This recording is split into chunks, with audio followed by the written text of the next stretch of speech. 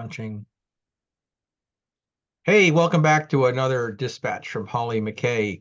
This is another monthly roundup of key articles from last month. And we're going to start off in Africa with a group that's been troublesome for a very long time and has morphed from what was essentially a regional African um, uh, coalition into one that has tried to take its kind of hangs on the world stage, and is Boko Haram and their use of suicide bombers, and in particular, groomed female suicide bombers. So, Holly, you wrote an article about this, and let's talk about that a little bit. Yeah, it's a really tragic story, and I'm just going to preface this conversation as always with my baby sound effects in the background, in case you're wondering. She likes to contribute. The life of a working mum. So it's there's been a number of attacks in recent months, suspected sort of the Islamic State branch that operates in Nigeria, Boko Haram. And yes, they've been using women suicide bombers, and these have caused mass casualties, often coordinated. So it might happen at a funeral, and then at a market, and then at another location, kind of all sort of within the span of an hour or so.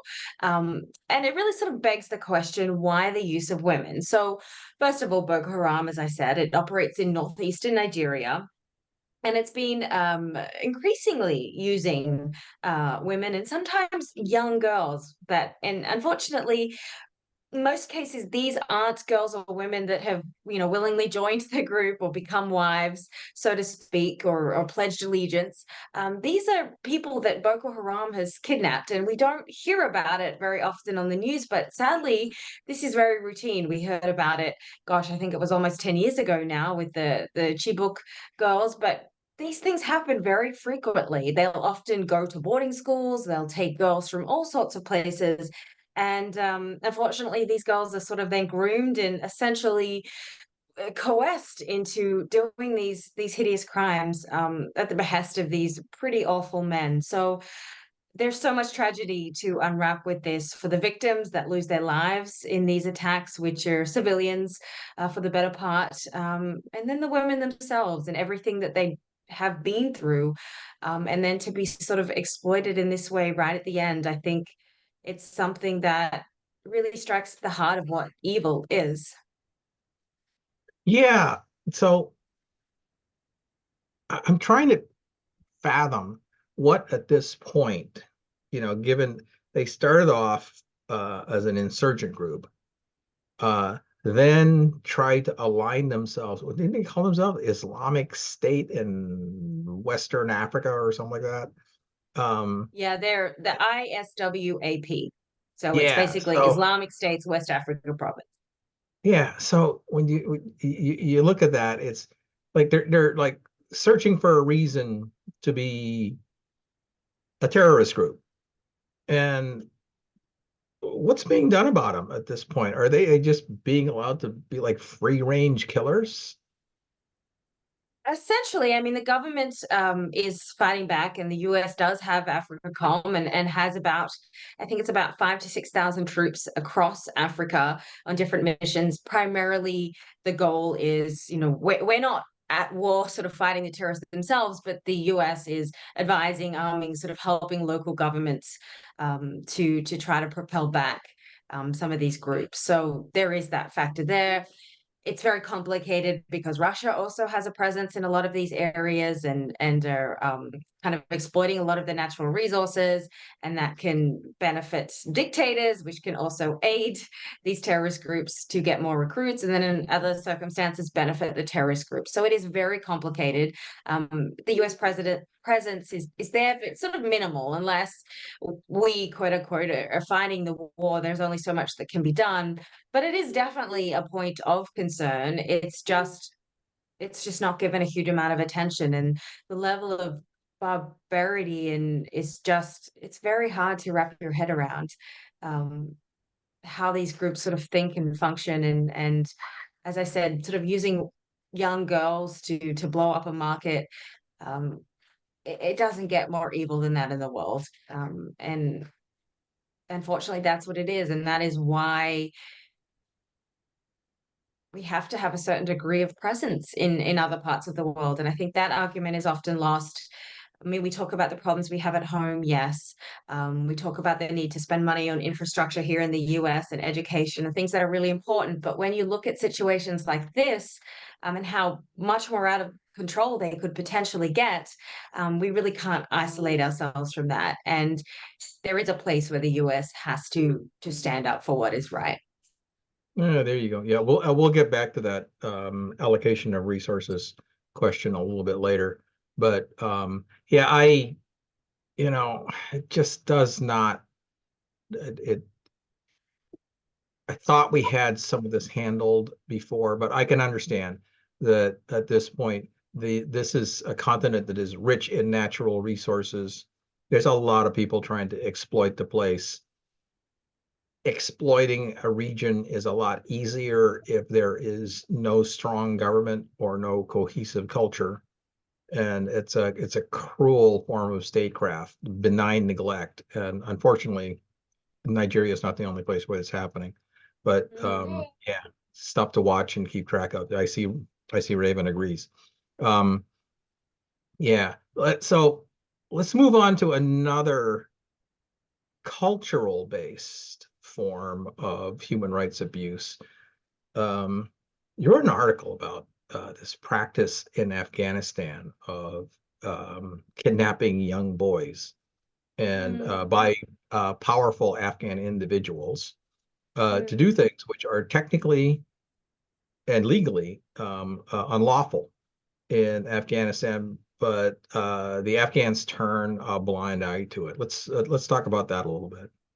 So this practice is called Bacha Bazi, and I pretty much anyone who serves in Afghanistan is quite familiar with this term. And if you read my article in Substack, you can read a little bit more about my personal sort of experiences with this and seeing young boys sort of taken and how horrific that is. But to kind of put it bluntly, Bacha Bazi, it's a practice where young boys, they're typically between the age of 10 and 18, although they can be younger, are exploited and abused by older men. And often what we saw throughout the Afghan occupation was government officials, people that were in positions of power to kind of do this and get away with it. So Bacha Bazi translates to quote unquote boy play. And it involves the boys being forced to dress in women's clothing, they're dancing, and then they're essentially passed around for really unfathomable sort of sexual abuse by these leaders. And this was something that US troops sort of encountered, and I think was quite shocking, especially in the beginning. How sort of open this practice was, which of course in the United States this would absolutely not fly, and certainly I would hope render you in prison for the rest of your life if you were found guilty of that. So while there is sensitivity, I think, in interfering with another country's culture, I have to say that this practice, and this is where again the US needs to be a leader in this. It's wrong at any place or any time. I mean, we can look at history books, and there was all sorts of practices. The Hindus once upon a time had a practice called sati, where they would burn the wives of men who had done crimes. Or there was, feet binding sort of in China. There was all sorts of things, but most of those practices have gone away. Why? Because people stood up and said, no, this is wrong. And often that took foreign sort of forces that were occupying or coming into certain places to put their foot down and say, we're absolutely, not going to put up with this. In the case of Saudi, I believe it was British troops at the time that said, if you burn these women, we will shoot every one of you. And eventually that caught on and the practice is obliterated now. And I think Bacha Bazi was a case where we could have done more to stop that. But instead we sort of hid under this cloud of cultural sensitivity. There was one case, I think it was in 2015, where a very decorated Green Beret, he caught an Afghan policeman in the act with this young boy and had kept this young boy chained to his bed as a sex slave. So it was pretty awful. And this outraged soldier, beat the policeman up. He didn't kill him, but he certainly, gave him a good beating to let him know that this is not okay. This is not acceptable. But it's sort of instead of condoning, what the soldier had done. He was basically court-martialed, and it was only because the case did get to the media and there was a lot of subsequent outrage about it, that eventually those charges were dropped. But without that, they were basically going to prosecute someone who'd laid their life on the line because he took a stance against this. And I look at Afghanistan and everything that's happened, and we're coming up in just a couple of weeks to the anniversary of the horrible withdrawal. And I think that we could have done that. It was a wasted opportunity where we could have done more to really stop this absolute epitome of evil. We as the US, the supposed champions of freedom and justice, this was an opportunity. Whilst we couldn't save Afghanistan from the Taliban, we could have really put a dent in this practice. And instead we didn't. We focused on quote unquote terrorism and worrying about cultural sensitivity. So I think it was a real wasted opportunity, to put it very bluntly. To put it very bluntly, I think it's a symptom of why we lose wars that we enter into. Is basically because, and it started back in the 1990s, right? With the many engagements that the U.S. got into to promote human rights around the world. But we never had the guts to actually, we say we go in there and it's a nation building exercise for the good of mankind, but we don't really touch the fundamentals of what it takes to reshape a place. We are no British Empire by any stretch of the imagination. I don't think we know how, and this is a terrible artifact of the fact that we have no idea what we're doing when we go into places like this, and then we leave with the place arguably in pretty much the same sorry shape that we went in there in the first place, and in some cases worse. So yeah, there are probably many other artifacts to track in terms of metrics for places like Afghanistan, where for all the time that we spent there, for all the blood that we shed, we did absolutely no good whatsoever. And shame on us for letting that kind of stuff happen when we had the resource to do something about it, and we didn't. It's a good story. It's heart-wrenching, but it speaks so much to how much the United States knows so little about how to wield power in the world. Now, let's change. Pause for 1 second. Yeah. Pause. I gotta change. I can smell. I gotta change it before she gets a diaper rash. Come on, baby. We'll do a quick change. Okay, continuing on. Yeah, I want to transition and talk about an article that you wrote a few weeks back now, but the situation on the ground has changed, so it's a good time to get an update from you on where your observations and thinking are. Maduro in Venezuela. A few weeks ago, you wrote an article about the puts and takes of what might happen in an election, and what would happen if he lost. At the time, the straw polling was very much against him. Since that time, there was an election that was started, that was stopped in the middle of voting. From all the evidence that's there, the opposition to him was winning by a landslide. He's clearly trying to steal the election. He's got a number of countries that are friendly to Venezuela that have recognized him. Other countries in South America and the United States have not. So where are we now as far as Venezuela is concerned in your tracking of the progress of what's going on in that country?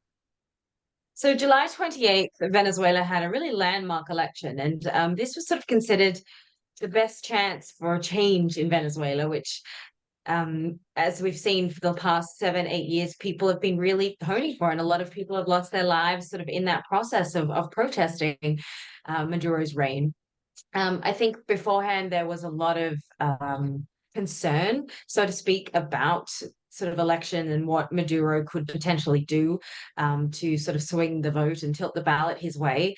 And unfortunately, that did or has come to fruition. Now, the opposition was incredibly strong, and Maduro tried to do a number of things to kind of force the Maria Corina Machado, as it was, out, and he did do that, but he didn't. What I think he didn't bargain for was that Gonzalez, who Maria ended up campaigning with, was able to really captivate the majority of the Venezuelan population. And polls had him very high up, where there was really no question of who was going to win.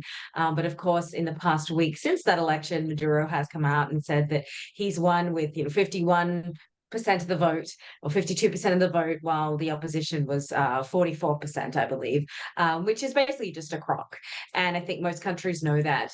And the US, for example, has recognized the opposition as the legitimate winner of the election. But unfortunately, Maduro isn't going to sort of step down from power anytime soon. And in the past few days, unfortunately, several people have lost their lives in these protests. And you can only just imagine the anger people in Venezuela must feel when they see this happening, and to think that they have to sort of have another 6 years of Maduro. I mean, how much anger has sort of been built up, and you can't blame them for taking the streets and protesting, because it's such a powerless position to be in. And when I look at the world and even what the US or any other countries can do, and there's really nothing, and that has to make, and if it makes me angry, then I can only imagine how much it makes the people of Venezuela angry.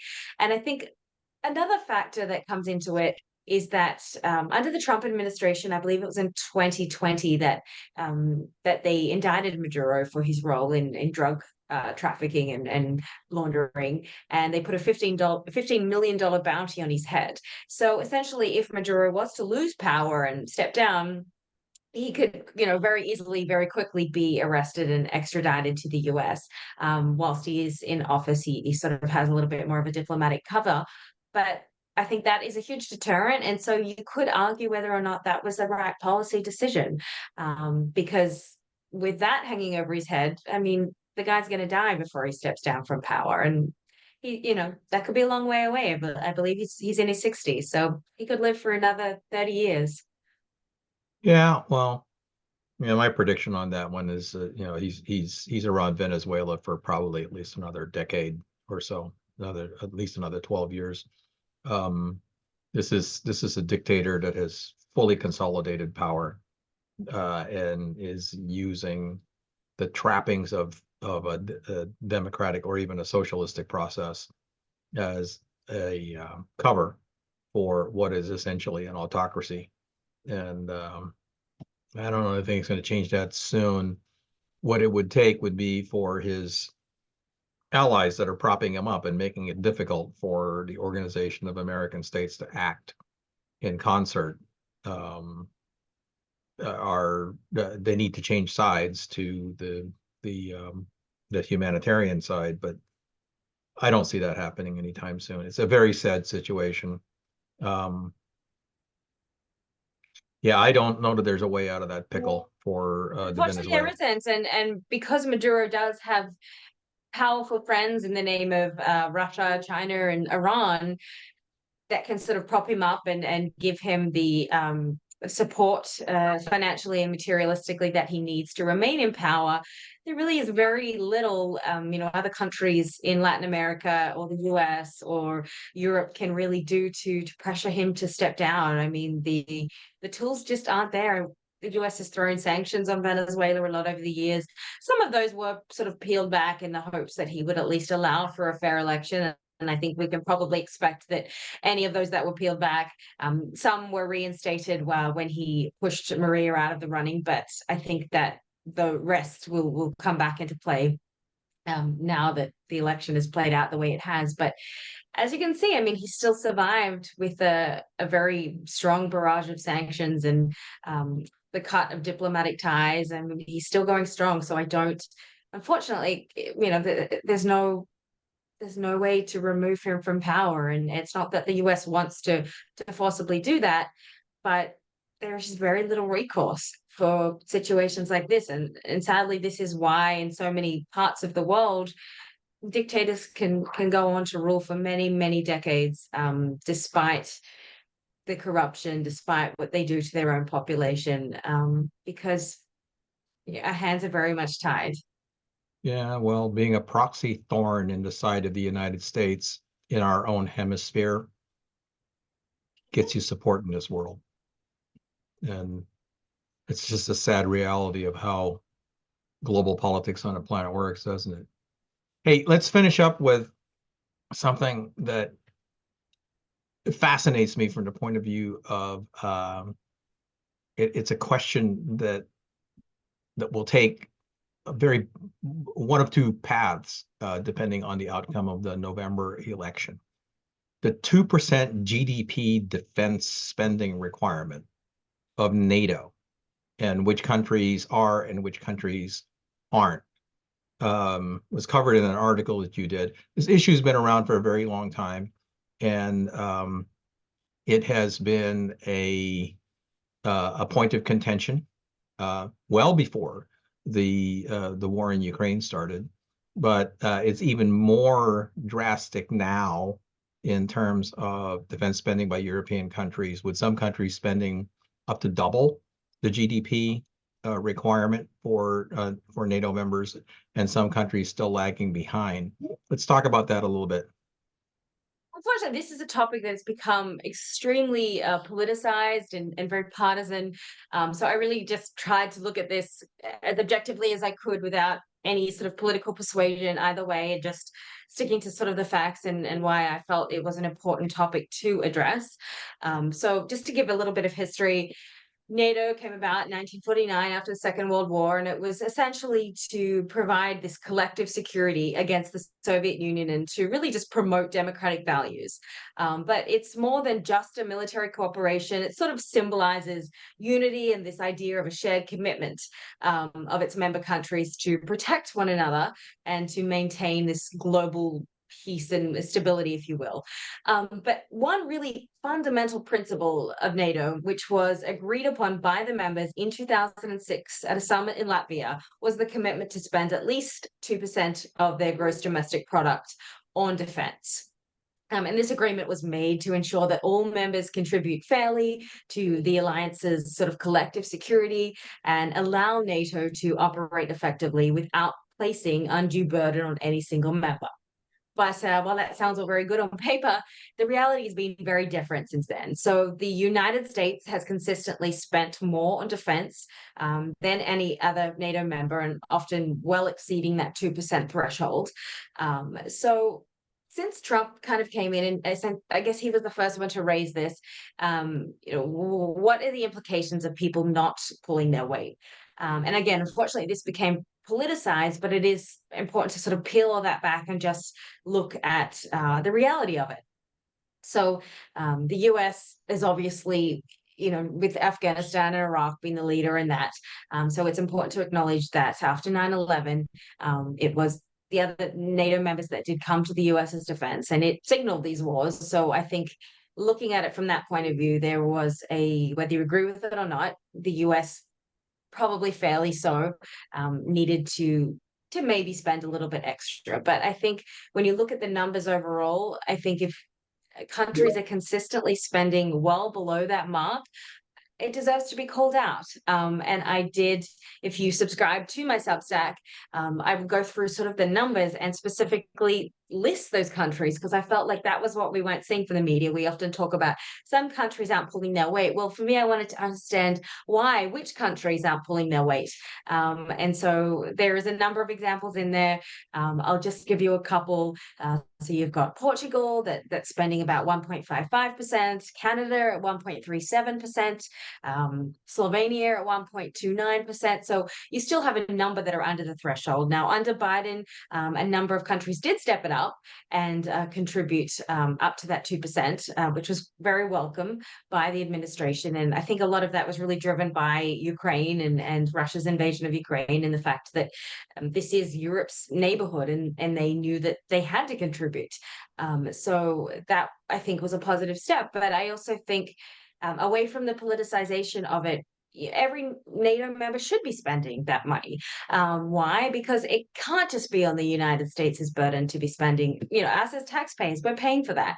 And then I look at European countries, and of course, they can afford universal childcare or universal healthcare, or run a lot of these sort of programs that we simply can't afford with our debt in the United States. And I think, well, if other countries were pulling their weight a little bit more in defense, and we had extra money that we could then take away, maybe we could start to afford some of these programs too. And so it does come down to, it affects more than just defense spending itself. It affects the entire way that a country functions. And I do think for NATO is very important, and for NATO to continue to be important, people need to feel like it's everybody's paying their fair share. And as an American taxpayer, I certainly would love to see a lot of other programs that we don't have that these countries have, and I would like to see more spending directed to that. And the US is, a ridiculously high defense budget, way higher than China or any of our adversaries even. So I would like to get to a point, some point, where we started to spend effectively and not stupidly, which I think we also do a lot of. Yeah, well, I mean, I've been tracking that issue since basically around the time the agreement for the 2% GDP was put together, particularly from the angle that it is one of the fundamental rifts that could rip the NATO alliance apart, and by implication was causing tensions inside the European Union, because there were the rich countries were complaining that the poor countries weren't pulling their weight in terms of what it would cost to maintain a strong alliance. The situation's now changed rather radically with the war in Ukraine pulling resources in, and you can see it in the GDP spending, with the frontline countries being well over 2% at this point, and the countries furthest away from the conflict being the ones that are lagging. So it raises the question of, if you get to the point that the war in Ukraine ends, how will that disparity then begin to reflect back on the stability of the European Union? All of the issues that were there before the Ukrainian war, and how will it's interesting to see that regardless of which administration is running the United States, the policy of the 2% gap, or a 2% GDP requirement, has remained constant in terms of, it's an expectation that the US expects of its allies. Doesn't get done all the time, but it's an expectation that we constantly have.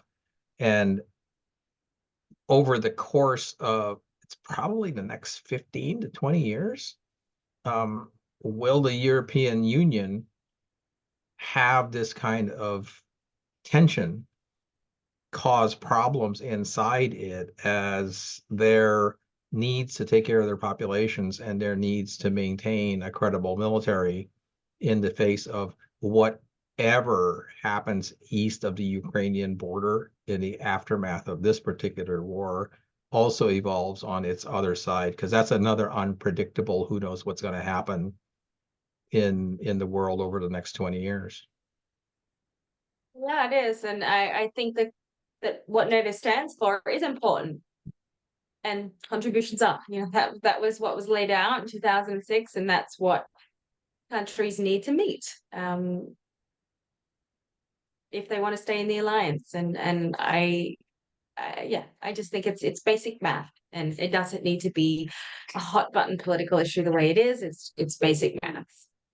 Yeah. Well, yeah. Well, and let's finish up on that thought, which you expressed at the very beginning of this interview, and it has come up again in the context of defense spending, is the tensions in the world cause countries to have to spend money that they could otherwise be spending on their own people. And the the way the world is going right now, it's going in a direction of increasing tensions as opposed to decreasing tensions. Decreasing tensions being more conducive to global economies and expanding bases for money and largesse that countries can bestow on their citizens. Um,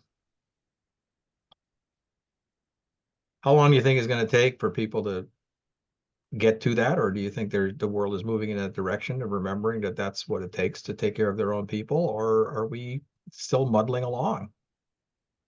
I mean, I think there's always sort of it's always a yo-yo cycle, and it's always going to be a political issue, sort of regardless of I think who's in power at this point, because there is so much noise and so many voices, and I think it's certainly important for countries to want to address the needs of their own people. But having said that, you can't be isolated from the world stage, no matter how much you try. Remember Pearl Harbor as that example. If you can try to stay back and do nothing, but eventually these things will come to you, and they matter. And if the US wants to remain the global power as opposed to China, then it needs to have a very vested interest in what happens in other places. And that's the reality. And there are pros and cons to that, but you have to decide, do the pros outweigh the cons? Yep. That's the great puzzle of surviving on planet Earth, isn't it? Well, it's been a very interesting interview, Holly. And I apologize to Raven for taking up so much of your time. I know she's just She's sitting a just on trooper. She's camera doing her okay. thing. Okay. Yeah. Well, like I consider her to be like the producer boss around Yeah, these interviews she now that is. she's She's around. my tiny dictator. She whatever Raven does says goes. There you go. She and All right. Brady. Okay. Well, okay. So that concludes this one, and we'll talk to you again soon. Thanks, Dennis.